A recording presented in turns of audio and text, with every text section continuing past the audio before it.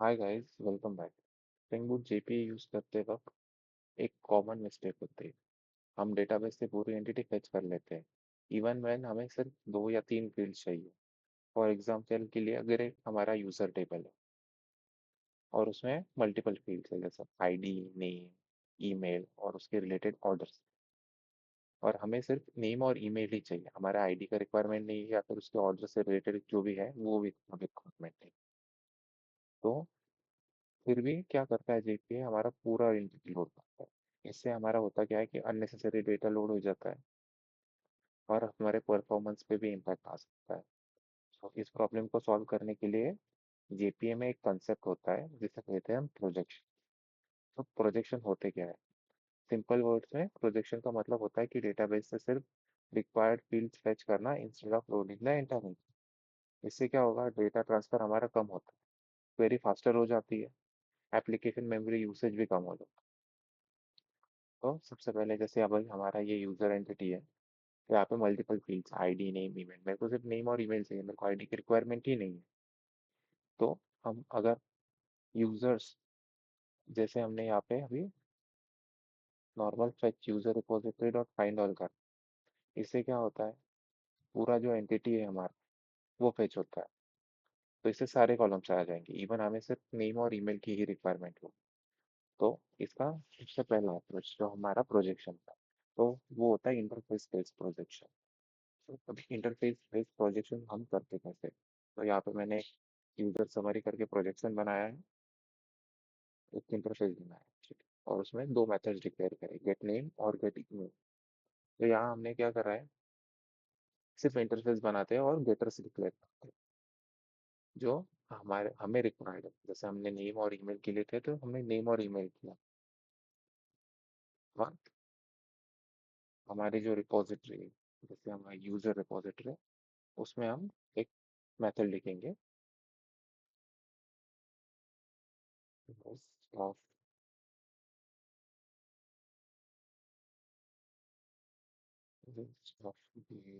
Summary, gate summary पर, और उसके ऊपर हमने एक क्वेरी लिखने पड़ेगा, direct query C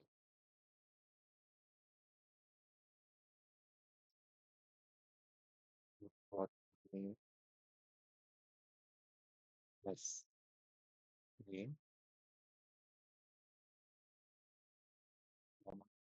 dot email plus email.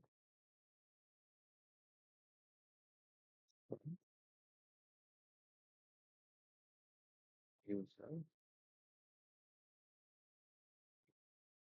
हमारा ये सिंपल क्वेरी, इसमें हमने नेम और ईमेल फिक्स करा है और उसको बस दिया नेम और ईमेल। तो स्प्रिंग बूट ऑटोमेटिकली क्वेरी का रिजल्ट जो है वो इंटरफेस के मेथड के साथ मैप कर देगा। जैसे अगर हमने अभी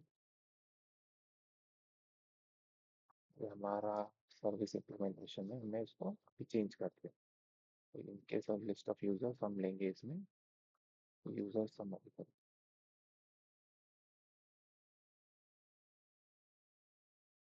फाइंड आउट की जगह पे गेट समरी, रिस्पॉन्स भी चेंज करना है। ये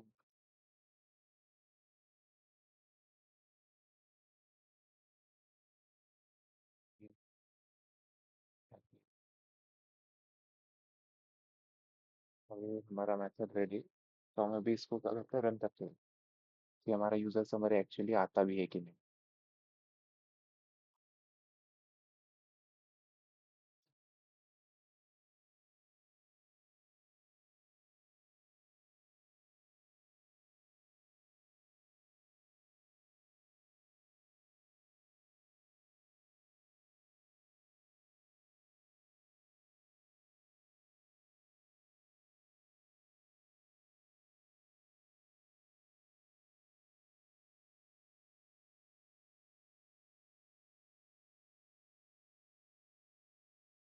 देखो पता नहीं, देखा मैंने रिक्वेस्ट सेंड किया तो हमें पूरा डेटा मिल गया। तो अभी हमारा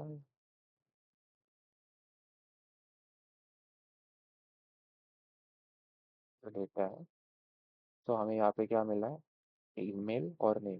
सारे यूजर्स के लिए हमने सेम ईमेल और नेम ही फेच हुआ है, बाकी कोई डेटा फेच नहीं हुआ। अगर हम देखेंगे हमारा जो क्वेरी होगा,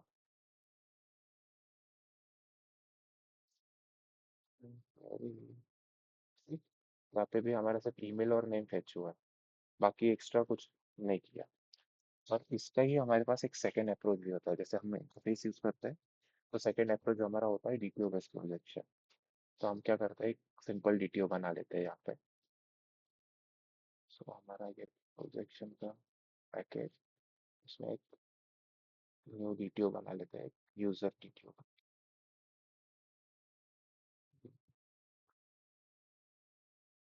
इसमें भी हम क्या करेंगे, वो मेथड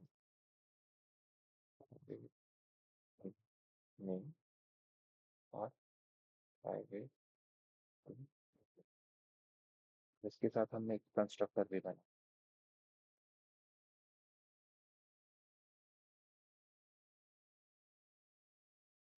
हम हमारा लॉम्बॉक का एनोटेशन यूज कर लेते हैं, अंदर एक डेटा करके फॉर गेटर सेटर्स के लिए, और at the rate all args constructor और at the rate no args constructor. तो इससे हमारा कंस्ट्रक्टर भी रेडी हो जाएगा। और जो हमारा रिपोजिटरी था, यूजर रिपोजिटरी, उसमें हम क्या करेंगे, अभी गेट समरी की जगह इधर यूजर डिटेल यूज करते हैं। यूजर डिटेल, यहाँ पे भी हम इसको डिटेल कर देंगे। टाइप चेंज,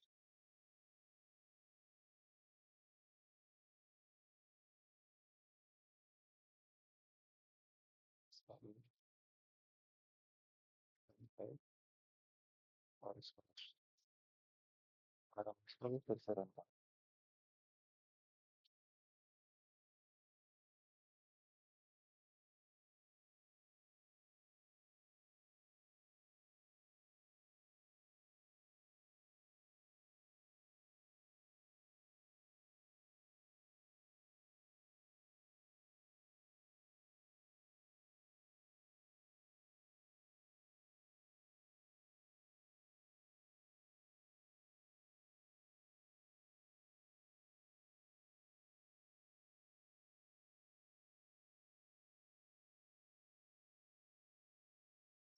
और फिर से सेंड करने का कोशिश किया, तो हमारा कुछ तो एक्सेप्शन है। तो अब इसका सोल्यूशन क्या है कि हमने जो यहाँ पे रिपोजिटरी में मेथड लिखा था, क्वेरी हमारा, तो उसको चेंज करना है। तो यहाँ पे हम क्वेरी क्या करेंगे, यू डॉट नेम और यू डॉट ईमेल तो लिखेंगे, बट इसमें हम हमारा जो यूज़र डिटेल जहाँ पे हमने बनाया, वो कंस्ट्रक्टर यूज़ करेंगे। सो यहाँ पे क्या करेंगे, सिलेक्ट उसका पूरा पार्ट, यूज़र,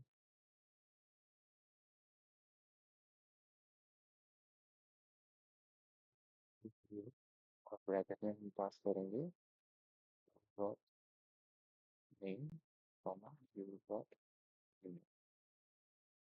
तो इससे क्या होगा कि ये एक कंस्ट्रक्टर एक्सप्रेशन यूज करके हम क्या नीति ऑब्जेक्ट डायरेक्टली क्रिएट हो जाएगा। तो वे हम हमारा कोड फिर से रन करते हैं।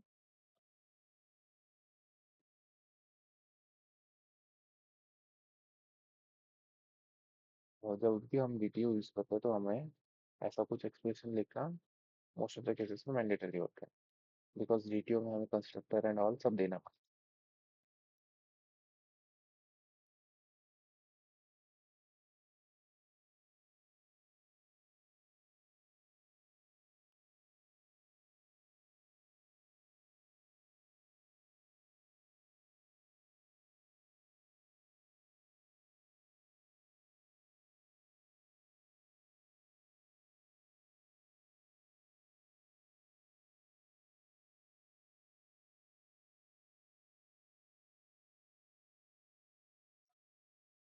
ये अगर आप देखोगे यहाँ पे, तो हमारा यूजर का डिटेल्स प्रॉपरली फैच हो चुके हैं सारे के सारे। सो ये हमारे दो मेथड्स होता है प्रोजेक्शन के थ्रू हमारा डेटा लेने के लिए। इधर आप इंटरफेस प्रोजेक्शन यूज करो या डीटीओ प्रोजेक्शन यूज करो। तो अभी क्वेश्चन ये आता है कि इंटरफेस प्रोजेक्शन और डीटीओ प्रोजेक्शन में डिफरेंस क्या है। सो इंटरफेस प्रोजेक्शन सबसे पहले मेन प्रोज क्या है वो देख लेते हैं। सबसे पहले वो सिंपल है राइट करने के लिए, लेस कोड लिखना पड़ता है, और इम्प्लीमेंट करने के लिए फास्ट है। बट इसमें इश्यूज क्या आते हैं कि हमारा जो कस्टमाइजेशन है वो लिमिटेड हो जाता है। कॉम्प्लेक्स लॉजिक जो है वो उसको ऐड करना ही प्रॉब्लमेटिक हो जाता है। वेरएज़ हमारा जो डीटीओ प्रोजेक्शन होता है वो फुल्ली कस्टमाइजेबल है, जैसे हमने देखा। बिजनेस लॉजिक ऐड कर सकते हो हम उसमें, एपीआई रिस्पॉन्सेज के लिए बहुत यूजफुल है। और सबसे मेन कॉन्स क्या है कि थोड़ा एक्स्ट्रा कोड लिखना पड़ता है, जैसे हमने यहाँ पे क्वेरी में कुछ एक्स्ट्रा डेटा डाला है। सो ये होता है। अभी मेन क्वेश्चन क्या है कि कब क्या यूज़ करना चाहिए। सो जब इंटरफेस प्रोजेक्शन कब यूज़ होता है, जब हमारा क्वेरी सिंपल होगा, हमारा रीड ओनली क्वेरीज हो या व्यूज हो। डीटीओ प्रोजेक्शन हमारा कब यूज़ होता है, जब एपीआई रिस्पॉन्सेज देना हो, कस्टम डेटा ट्रांसफॉर्मेशन हो, कॉम्प्लेक्स लॉजिक हो,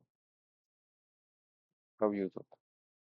तो जैसे हमारे जो लॉजिक्शन, ये जो हमारा रन हुआ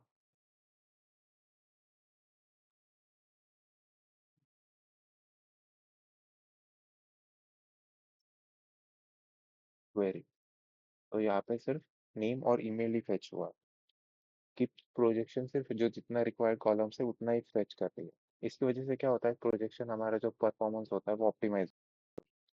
सो quick repack recap. So projection unnecessary data fetch करने को अवॉइड कर लेता है। इंटरफेस प्रोजेक्शन सिंपल और क्विक है। डीटीओ प्रोजेक्शन जो है वो ज़्यादा फ्लेक्सिबल है। सो नेक्स्ट वीडियो में हम देखेंगे कि native query versus JPQL in Spring boot.